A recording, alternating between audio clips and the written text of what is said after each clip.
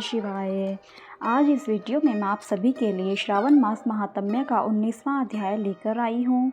19वें अध्याय में हम एकादशी व्रत एवं द्वादशी व्रत की महिमा जानेंगे। भगवान शंकर ने ब्रह्मपुत्र संत कुमार से कहा, हे महामुनि, श्रावण मास के दोनों पक्षों की एकादशी तिथि के दिन क्या करना चाहिए उसे सुनो। एकादशी व्रत के संबंध में मैंने आज तक किसी को कुछ नहीं बताया है। यह व्रत गुप्त, उत्तम, महान, पुण्य तथा पाप ताप को जड़ से नष्ट करने वाला है। श्रावण मास में किए गए पापों का नाश करने वाला तथा सब व्रतों में उत्तम यह पवित्र एकादशी का व्रत है। दशमी के दिन प्रातः स्नान कर गुरुदेव की आज्ञा से वेदवेता, पुराण ज्ञाता, जितेंद्रिय ब्राह्मणों का पूजन करें। भगवान विष्णु का 16 उपचारों से पूजन करना चाहिए।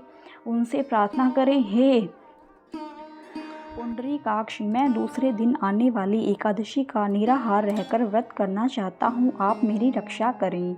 उस दिन गुरुदेव और अग्नि के समीप भूमि पर शयन करना चाहिए। काम, क्रोध और मोह को त्याग कर एकादशी के दिन प्रातःकाल भगवान विष्णु में मन लगाकर श्रीधर का जाप करते रहना चाहिए। 3 दिन तक किसी भी पाखंडी से वार्तालाप न करें। केवल इतना करके मात्र से यह व्रत मोक्ष को प्रदान करने वाला बन जाता है। दोपहर के समय पंचगव्य लेकर नदी के जल में स्नान करना चाहिए।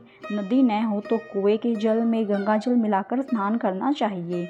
भगवान सूर्य को नमस्कार करके भगवान विष्णु की शरण में जाकर वर्ण के अनुसार सब कार्य करके अपने घर को वापस लौटना चाहिए।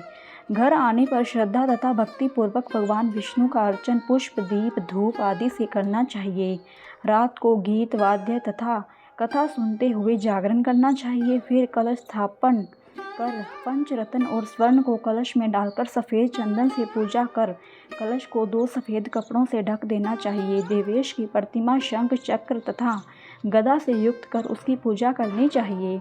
इसके बाद द्वादशी के दिन प्रातः आहिंक करके श्रीधर का जाप करना चाहिए। शंख, चक्र, गदा तथा पद्मधारी भगवान विष्णु की पूजा करके ब्राह्मण को सोने की दक्षिणा सहित कलश देना चाहिए। कलश के साथ मक्खन देना न भूले। भगवान श्रीधर, आप प्रसन्न होकर मुझे लक्ष्मी प्रदान करें, इस प्रकार उच्चारण कर श्रेष्ठ वेद पाठी ब्राह्मणों को भोजन कराकर अपनी सामर्थ्य के अनुसार उन्हें दक्षिणा देकर विदा करना चाहिए। अपने नौकरों को भोजन कराकर गौ को भूसा देकर स्वयं बंधु बांधवों सहित भोजन करना चाहिए। इस प्रकार शुक्ल पक्ष और कृष्ण पक्ष दोनों तिथियों के व्रतों का विधान एक समान है। शुक्ल पक्ष में श्रीधर और कृष्ण पक्ष में भगवान विष्णु जनार्दन कहे गए हैं। अब मैं तुम्हें द्वादशी के दिन भगवान विष्णु के निमित्त पवित्रारोपण के संबंध में बताता हूँ। हे तात, इसका अधिकारी कौन है यह जान लेना भी आवश्यक है। ब्राह्मण, वैश्य, क्षत्रिय, शूद्र और स्वधर्म स्थित जनों को भक्ति द्वारा पवित्रारोपण करना चाहिए। स्त्रियों तथा शूद्रों को केवल नाम मात्र द्वारा श्री हरि का पूजन करना चाहिए। सतयुग में मणि का, त्रेतायुग में स्वर्ण का, द्वापर में रेशमी तथा कलियुग में सूत द्वारा पवित्रा का निर्माण करना चाहिए।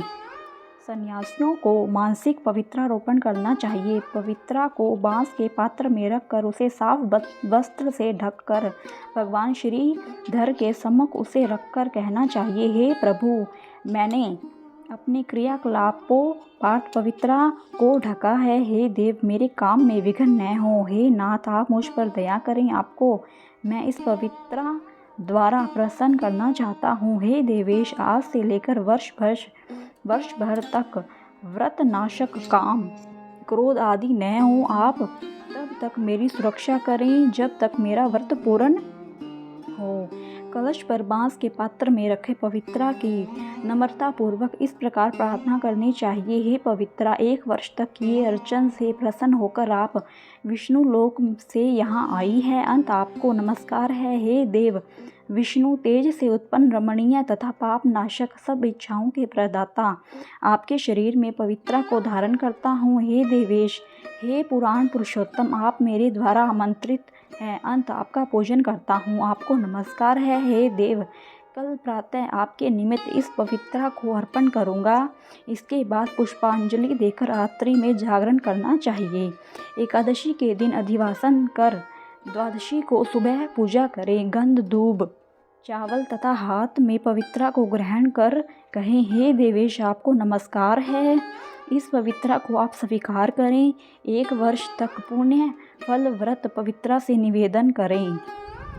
आप मुझे पवित्र करें। हे देव, आपके सुप्रसाद से मेरे से जाने अनजाने में जो पाप हो गए हैं उन पापों से मैं पवित्र हो जाऊं। मूल मंत्र द्वारा पवित्रा को संपुटित कर नैवेद्य देना चाहिए। मूल मंत्र से अग्नि में घृत तथा पायस द्वारा हवन करना चाहिए। इसी मंत्र द्वारा पवित्रा को विसर्जन करके कहे, हे पवित्रे, 1 वर्ष तक ये मेरे अर्चन को सविधि परिपूर्ण करें। हे पवित्रे, विसर्जित हो विष्णु लोक को लौट जाएं। इस प्रकार कहकर उसे ब्राह्मण को दे दें या जल में विसर्जित कर दें। हे वत्स, जो मनुष्य हरि का यह पवित्रारोपण करता है वह इस संसार में आनंद भोगकर अंत में विष्णु लोक को जाता है। धन्यवाद। यह अध्याय यहीं पर समाप्त होता है। अगर आपको आज की वीडियो पसंद आई हो तो मेरी वीडियो को लाइक करें, शेयर करें और मेरे चैनल को सब्सक्राइब करें। धन्यवाद। ओम नमः शिवाय।